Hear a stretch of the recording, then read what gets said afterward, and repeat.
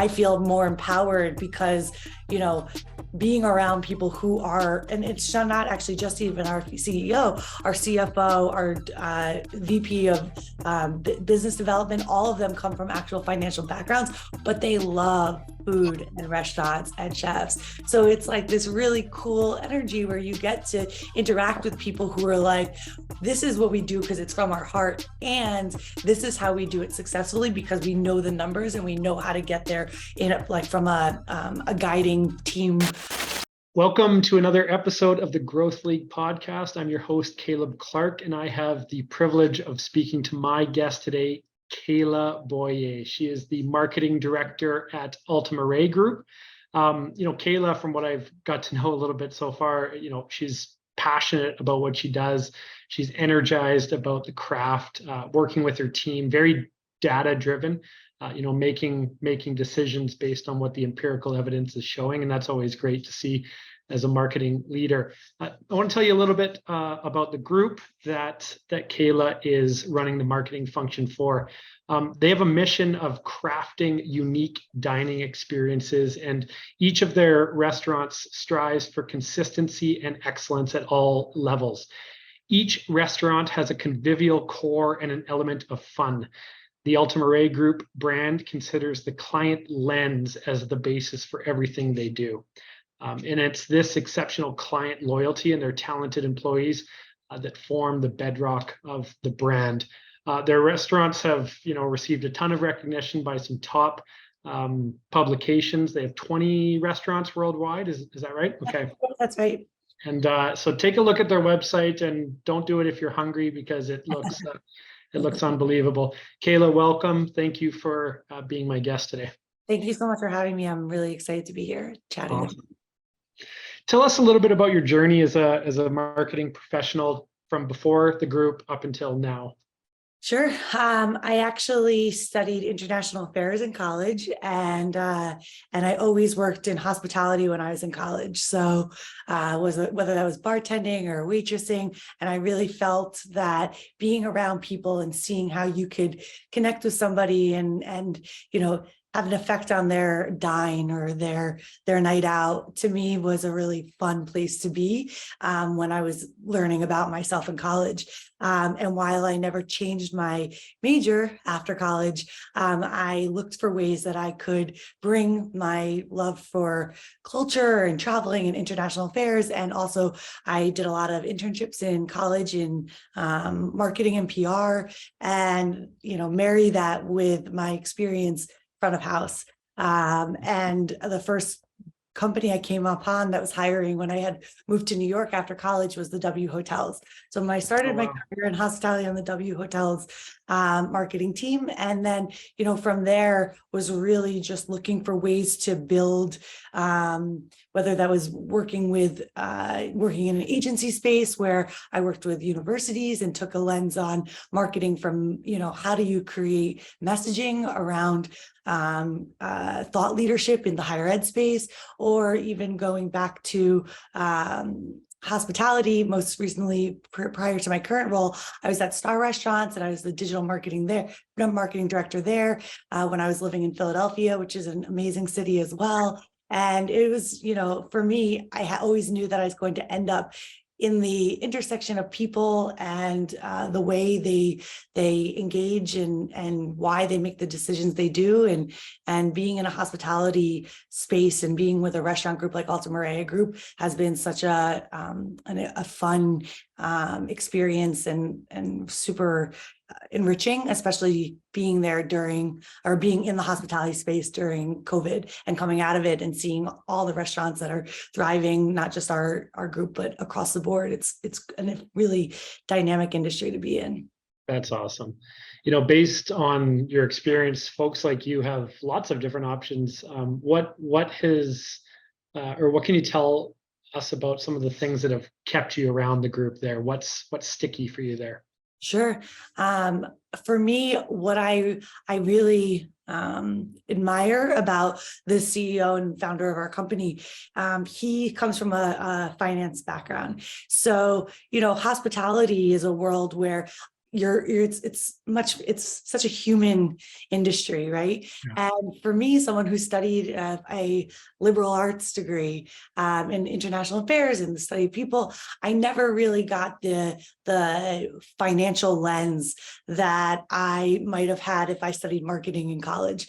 Right. And so working at a company where the CEO is so financially driven, like always in from a place of transparency, sharing how can we across our senior team, how can we make decisions that are going to better the financials or the revenue for each of the restaurants, and understanding that from a numbers lens, as opposed to always knowing, like I intuitively know how to bring people to a restaurant, and I always knew how to connect people, but it's the numbers that I am constantly learning and expanding my knowledge around. And I am, excited to be a marketer who is, to what you said earlier, data driven. And in this world, I think we all really have to be. Yeah, that's really cool. I think that a lot of people think or may think that when the owner or the founder, whoever is in a boss or superior role, is very numbers focused. I think some folks from the marketing side can feel that would be constricting and not very, but I personally believe that it's the freeing. When you understand what the business case, and you see, and you get that instant gratification with campaign X or this activity Y, and how it contributes to the top and bottom line, that creates freedom. At least for me personally. I don't know about you. Oh, I couldn't agree more. I mean, to me, I always think about the more firmly my feet are planted on the ground, the higher we can go, right? So it's this idea of like, how can we create guardrails so that we have the boundaries for doing our job the most effectively that we can be. And then from there, how do we, run as far and as long as we can within those lanes. And boundaries are, people talk about boundaries in personal life, but they're so applicable in the professional world too. And as a marketer, marketing can be the first budget that gets cut, or marketing people are like, we don't get it. Like if people know about us, they'll just come to us. And, there's so many things that go on behind the scenes. And I feel more empowered because, being around people who are, and it's not actually just even our CEO, our CFO, our VP of business development, all of them come from actual financial backgrounds, but they love food and restaurants and chefs. So it's like this really cool energy where you get to interact with people who are like, this is what we do because it's from our heart. And this is how we do it successfully because we know the numbers and we know how to get there from a guiding team mentality. No, that's really great. A lot of marketing leaders suffer in silence sometimes because they know deep down that their department is a cost center. But when you are in numbers focused, then you have the rare opportunity to be an investment center or expected return center, right? Which is very fulfilling. I like that investment center. That's a cool concept. Has your team, so it sounds like you've picked up that methodology and perspective through osmosis. Has the rest of your team started thinking a little bit more financially literate as it relates to crafting strategy? Yeah. Absolutely. we've grown our team this year, which has been super exciting. And, we brought on this fantastic social media content creator, and she's excellent in the creative and content space. Like all of our followings have grown leaps and bounds since her coming on board. And she and I were chatting recently, and I said that, the next thing, while financial, not necessarily exactly what you asked, but certainly how do we take a numbers perspective to what she's doing and add that paid social media element to it? Because it's not just dynamic content that, organically is reaching people, but the reality is we all have to play the meta game. We all have to play the Google game, and those are numbers games. So if we have to do that, then let's do it in a way that's also, driving gift card sales. Right now, we're in the midst of a moms, dads, and grads, buy a certain amount for gift cards and get 25% free in bonus cards, and using the levers that we can pull from a paid social media perspective have been really key and instrumental to driving sales. And I get to think of that as like the product that our marketing team gets to put out. We don't have a restaurant necessarily, but we have this thing that we do a few times a year that like is tangible revenue for the company. That's awesome. So your department, your team within the group, give me a bit of an understanding on, do you support some or all of the brands? Is it an equal distribution of your time, attention, and care? How does that work?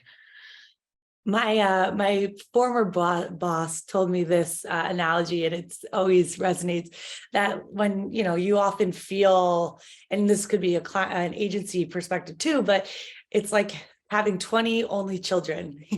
You just, all of them want and are worthy of all of the marketing support that we can give, right? And it's very important that we prioritize accordingly. But it's very easy to get swept up in the sexy or easier to sell concept, the ones that people are dying to go to reservation for. Of course, you want to just, clamor to do things for them and do them well, because they're actually driving a lot of revenue for the organization as a whole. But it's fun to do those things. But what has been really even more dynamic, or I guess that's not the right word, even more fulfilling in terms of like what you put out and what you get back. For me, that is when we get a restaurant that had a really slow pickup after COVID and didn't have the same allure that perhaps people were gravitating to make reservations there prior to COVID. How have we gone in and really like worked on getting those people and those guests back? And even more so, how have we worked to get those new guests? Because now there's a whole different clientele in each city that, whether they are transient because they weren't there prior to COVID, or they have moved to the city since. I mean, there's a lot of opportunity for us to engage in new ways with new clients. And that's really fulfilling and fun too. Yeah, that would be like a smorgasbord of different opportunities to try different things, depending on the type of cuisine and type of area. Without bringing us back to that terrible COVID time, can you instead, when I was looking at the site and learning a little bit about the group, I can tell that they're very much based on some core pillars and fundamentals and foundational concepts, these types of things. Is there anything that's been added to the normal way of working for the group that was potentially only, woven in because of that 2-year period? Absolutely. This has changed. I think obviously COVID has had an impact on everyone in so many ways, but one of the big things for us particularly is that, and now I wasn't with Altamarea Group during COVID, but this actually just came up in conversation last week with our executive chef from Maria. And it was about the idea that now we say yes to the client. Prior to, and there's a lot of conversation about whether the world of, one dish only, like very airtight service, whether that has evolved because people are looking for different experiences when they're dining. And as a result of that, if you're a Michelin starred restaurant where you have only a certain number of staff, and every staff has a very specific part in the service, right? For that to be something that then a guest asks for a different play on a dish because it's their favorite dish, and that used to be a no. So to now be in a place of yes, and yes, because we're like desperate for the connection. Although, at some point, probably the yeses came because it was a revenue thing and people are just trying to, a little bit of spray and praying. Now, again, I wasn't at Altamarea Group during COVID, but I can speak of even when being at Star during it, there are times where you're like, I hope that this drives X number of people in. I hope that this is the opportunity that we get to, turn on the lights in this restaurant. And you're just slowly chipping away at this experience where no one knows what they're doing as far as when the next Omicron's going to come, or is it going to come? Is that going to continue a shutdown? Such a unknown time, especially for what I experienced being in restaurants. But now to be in a place where it's we're yes, and our service is still impeccable. We're used to the guests. And when you walk in, it's vibrant and it's energetic and you want to be there. It doesn't have to be what it was, where it was very, Stuffy. yeah. And I've never been to any of the restaurants. So no, and I say that because I don't think that it's stuffy if that's not the experience you want, right? But if you're going for that, multi-course, highly detailed, attentive meal, well, then it probably doesn't feel stuffy. It probably is a really exciting dinner for you. But from the restaurant perspective, for us to say yes and, right, come on in, we're going to treat you from the moment you walk in, the service is going to be top notch. And if you have an allergy, or if you absolutely love something, we could probably accommodate that. And that's a really fun place to be in communication with the guests, where they are comfortable. It feels approachable. It feels like you have more range, and still the food's amazing. Yeah. Oh, that's really cool. More personalization, more, let's not take ourselves too seriously. Connection, I guess, what we learned. Shifting gears a little bit to you as a marketer, what would you say, and I don't want to put you on the spot, but what would you say your superpower is as it relates to leading a function, leading a team, being a marketing professional? What's your thing? Having that 30,000-foot view of how to connect dots and connect people, whether that's a brand or bringing in partners, I just see the world that way. And I love applying it to my professional career. It's fun. I love having the eyes wide. How can I do something that is going to bring an element of newness to something that, whether that's creating a outdoor space that feels really fun and, is part of a partnership with Veuve Clicquot, like what we're doing right now at our restaurants in New York. All of those things, when they come into conversation, I'm a yes to that. And I see how it's going to help to build things for our guests and bring return business. Connecting dots really lights me up. That's awesome. I meant to ask this earlier, but I want to marry it to this topic, which is, who's Kayla outside of the role? What's your thing? What do you spend the other hours of your day? Yeah, well, that's evolved a lot since I moved back to New York. I never expected to move back to New York. In fact, when I left New York in 2014, I was like, F you, New York, we're finished. Our relationship is over. I am struggling in this big city, and I feel like I'm a nobody, and I want to feel like somebody.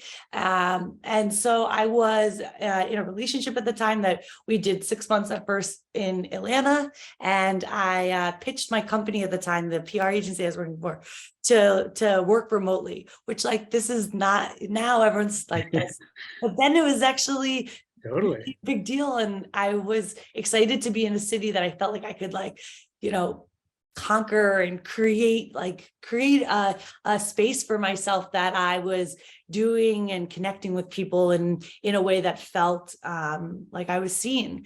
And we ended up, because of his job at the time, landing in Philadelphia. The relationship didn't work, but what I always say is I totally fell in love with Philadelphia as a city. Yeah. It's just it's a city that really holds you from a community perspective. They know what they like. They're a foodie city. There's so many amazing restaurants there.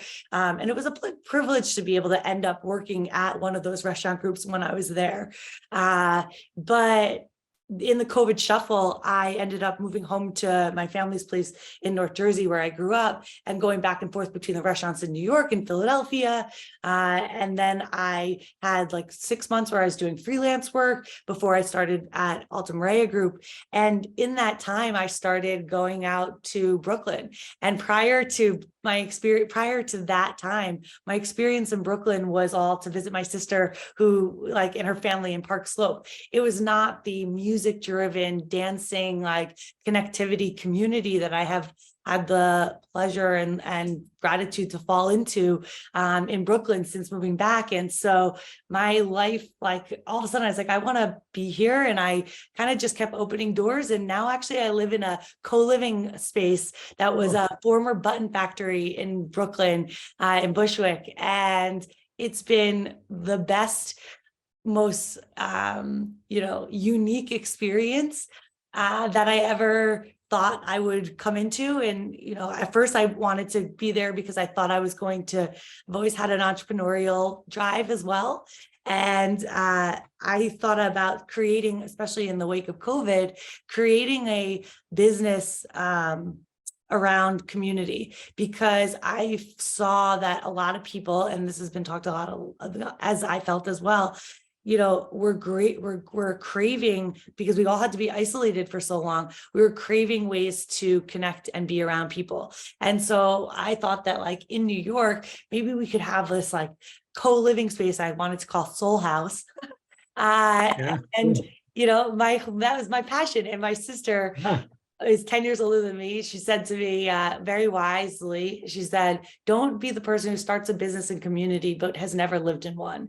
And that's how I landed at Lightning Society. And it's been an amazing compliment to how much I enjoy my job. I really have enjoyed living there and growing in the past 2 years that I've been there too. That's really awesome. Because what makes us great at whatever we do for a job is directly impacted by our world surrounding the job, right? So obviously, that's positioning you to go after your thing and do your thing as it relates to the group. Yeah. That's really cool. So is it like co-living? Is that like a Big Brother type thing, or is it like I'm not used to that here. I'm here in Calgary, where there's more land than there is houses. And totally, yeah. There's 18 of us. It's 3 floors. Everyone has their own space. And all the beds are lofted in each space. Each bedroom is a little different. We have 2 gorgeous like dining rooms, and that's the thing. It's like it totally like intersects with my professional career, because we do these amazing dinner parties there and have like so many people. And so the 3 of my housemates, the founder, and then 3 housemates, so 4 people that live in the house. All of them are, have started to expand on Lightning Society, not just as like this place that you can go to and live in, but also what does it look like? Because they've built this incredible community of like 450 people on using WhatsApp communities. And that's just from WhatsApp. That's, that end up coming to events, and we host dinners and speaking series. And so it ends up being this like place for connectivity. And I've brought some of them into projects for work. So it's been, we have an amazing speakeasy under our not at the house. That would be amazing too. Although there might be even, but no, the speakeasy is actually under 53, which is one of our restaurants for Altamarea Group. It's called Basement, BA53MENT, which is under the MoMA. And I'm around people who are just so talented in different, whether it's playing musical instruments or DJing, like so much creativity in the house, that I get to share and, bring them in and, have events that they're helping me to with from a musical perspective too. And so it's really, it's fun to share. We spend so much time at work, as you said. It's really important that, we enjoy what we do, and it's fun for it to be fluid in my day life and my home life. That's really cool. Very, very unique and very interesting. It sounds it's just like us Canadians, like when we get down to New York, we're like, wow, this is fantastic, and so there's so much culture, and seeing the kind of the inside, an example of what the inside looks like, that's neat. Cultures, yeah. There's so Yeah. many of that. It's amazing. So you've fallen back in love with the city though? Like I you're have. okay. We're back in our relationship. Okay, you're back. We're That's good. thriving. Yeah, Brooklyn rocks. And I get to also, it's Brooklyn, and then I get to do all of the, Manhattan, life as well during the day. What has been for me super humbling is coming back to New York. And to your point, there's so many amazing people doing amazing things all the time. I was like, I don't need to be seen. I just need to be here. It's like, it doesn't matter if I'm someone. I just want to be around people who are doing what they love and doing it with enthusiastically, because that's contagious. So this whole life experience that you've talked to me about, and the kind of the way that you've built your life back there, how does that influence the way you build, manage, empower your team, either internal people, external people, other departments? Tell me about that. That's a great question. Understanding, so even actually going back to what I said earlier on the partnership and building these activations and patios, right? And you asked what my superpower was. To the flip side of that coin is that my weakness is execution. So, but I really felt for a very long time that I had to be the executor to be the one that was seen, right? So it all for me tied into this, am I, what's the validation in me feeling like I belong here and I'm doing something that is resonant with my colleagues, or that they see me as someone who's value add.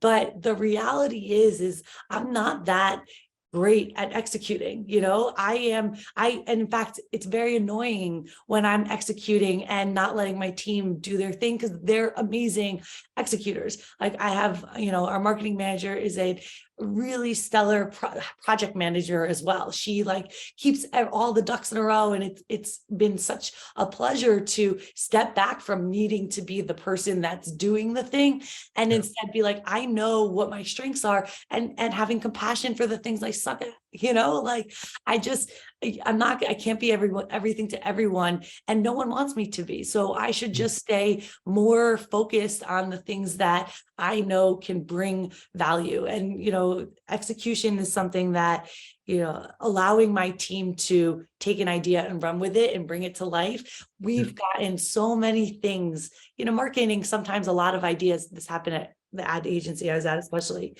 things would live on a deck and then never come to life. Yeah. And decks are great, but it's even better when your customer can really engage with what your idea is. Right. And, taking a step back from being in it and micromanaging it has given my team so much flexibility in actually bringing things to life. That's cool. It's too bad that it takes so long in our lives for us to realize that it's okay to be bad at things, right? And just to live into what we're strong at. So true. I'm kind of in a similar state right now, where it's like we're a Clifton Strengths organization here. So the whole idea is figure out what your top 5 superpowers are, and then just ignore everything else and wave your flag on those 5. And then understand what the superpowers are of the person next to you, and kind of create those bonds. But before then, it was kind of like, well, if you can't execute this, then you're a loser. Right. Right. But so But anyways, it's not true. It's so interesting you said that about pick the top 5. I was listening to the meditation app that Dr. Sam Harris has, and he said they had this story about fitting the rocks and the pebbles into the container, and what it said, I was like, what do you mean I can't? I have to do the top 20 and then ignore the other 15. That feels, and that's the whole thing, is so that it ends up giving you so much blinders when you're not just prioritizing the things that you could thrive in. But I love the idea of thinking about it also where, okay, and then what are the top 5 superpowers of my team, my colleagues? How can I work in concert with that? Yeah. Because Yeah. sometimes, And I just think having that perspective that which you're naturally inclined to, as you said, that 10,000 foot view is the superpower itself, is to figure out that, where does everything fit, which is very convenient if you're directing a marketing function, right? To be able to do that. So it um, it served me well. I promised you that it wouldn't be all good stuff, but what are some of the yucky things right now in terms of your biggest challenges as a team? Uh, we're beyond COVID now, but what are your biggest marketing challenges right now that you and your team come excited to work on every day? Yeah. So we are gearing up to have to shut down our flagship. The challenge of that is okay. The top seller is closing. We also don't want to stop, there's all the people part of that. So how are we continuing to make sure that our team is, whether that's moving them to other restaurants and making sure that, this isn't a period where they're out of jobs. And again, I give a lot of, it's seeing our SVP, our CEO, our CFO work, our director of talent, all of them work on like making this land on the team in the best way that it can when you're dealt with a not great deck of cards. Like, is really, I admire their tenacity and their commitment to their teams in that respect. But on the marketing side, it's now, how do we not lose this momentum of our restaurant where people won't have a place to go to? So what do the pop-ups look like? What do the activations look like? What are the right activations? Like considering things that are big ideas, but probably are not going to actually drive revenue, big ideas that people aren't really going to care about. Like, it's this interesting balance of, we have this fun challenge. Yeah. 3 months to do something not where we're used to doing it. Go. Yeah, no, that's great. And then how do you balance that? You still got 19 other kids you got to take care of, right? So like, what are, for those listening, like what are some of the day-to-day operational marketing, or like not operational, but day-to-day marketing challenges that you just have to deal with as a team that are maybe more prickly for you than other brands? Yeah. So the interesting thing about with restaurants is, like, not every, with our restaurants, not every single location has the same autonomy, because it almost similar to when I worked at W Hotels, where we were the marketing team for the W Hotels of New York, and then there was a W Hotels North America brand team, all these other entities and stakeholders. Some of the restaurants we play in a similar game, or where it's not just us, but we also are in a hotel, or we're in a commercial real estate complex, or whatever that is. There's other people that have a say in what the brand identity is. And sometimes when people don't, when we put an idea out in the marketing space for one of our restaurants, it can be challenging if we don't see those immediate, in that instant gratification, those immediate returns, right? Especially in a restaurant that's not doing as well. But it's very, I think we can get very trigger happy in wanting to switch and pivot and do something else, like, because chase the rabbit. Yeah, exactly. Especially when, like, it's so fun and good to come up with ideas, but sometimes we just have to like keep going, because building brand equity and build in, whether that's for our Marini After Dark program in Miami, I give the GM down there a lot of credit, because he wanted this thing to come to life. It came to life, and then it didn't move the needle as quickly for the restaurant as we anticipated, right? We thought immediately everyone's going to be gravitating for live music in Miami, but it's taken time, and having to hold your position and not immediately jump to the next shiny thing is something that I'm constantly vetting and, looking at a different side of the Rubik's Cube and trying to decide, like, should we change our position right now, or do we keep trying this thing? At what point do you call quits? And for the restaurants that are doing well but not great, that's the hardest thing to be in conversation about. That's such a big challenge. Random acts of marketing, and just to try exactly. to. And it's hard because you're not doing it to like intentionally screw up the system. It's just you want the best for the brand, and you see what other brands are doing, and you got new cool ideas coming from cool people on your team, and to say no, it's tough, right? Yes. That's tough. We talked a little bit when we first met about the importance, like in general for all marketing teams, but specifically for you guys, the importance of internal integration and communication amongst other departments, or people that don't touch marketing on a day-to-day, so that you can kind of curate that holistic experience to the end user. How does that, tell me about that? Yeah, I mean, similar to how I was just talking about stakeholders from like the building, whether that's like our landlord or whatnot. It's just as important for the stakeholders as far as, our employees. They're such great brand ambassadors, and for us to not be, or for us to not be communicating, this is what we're doing from a marketing perspective. We'd love for you to, do you buy in? Is this something that like feels good? A lot of times, similar to actually what we were just saying, there can be an operational issue with something that is a marketing driven initiative. And operations are there to give the customer this seamless experience. But if we're not cognizant and in communication with our GMs, our executive chefs, and saying like, this is something we want to put out in the world this summer, or add to the menu, is this palatable, not from a taste perspective, but is this palatable for you to actually help us bring to life? And it's been so important because we do photo shoots, for example, in the restaurants, and I struggle, and probably still a little bit struggle with feeling like an outsider when you're in the restaurant.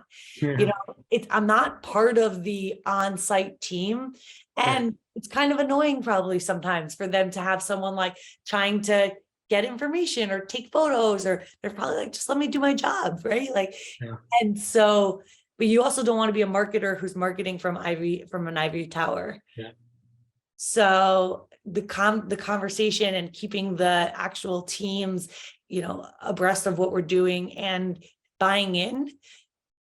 A big thing is also not taking it personally when they say no. Yeah. Well, yeah, exactly. You're just trying to show off their creations, right? Right. Totally. I ask all of our guests this, partly actually because I'm giving a talk on this topic, so I'd like different perspectives. Is what is your approach to creating really effective relationships if you use external partners like agencies, freelancers, contractors? I don't know if you do, but what's your blueprint on making that a successful and fulfilling experience for both? Wow. It's something, we're nothing without our partners, right? So, we're, as a marketer, when I say we, I mean, me as a marketer, I can't do the PR for our restaurants, even though I have a PR background. I can't do the forensics that our Google Analytics team, that our company does. I can't do get as deep and narrow in what they as they do if I was not bringing in other partners. But it could be like, for me, creating rapport and friendship, and also remembering to ask people about their personal lives in an appropriate way. Just humanizing the experience of working is what is really important. And for me, and what I try to do because we're all going to have days where the agency didn't do what you wanted and you're not happy about it, right? And so how do I communicate that effectively?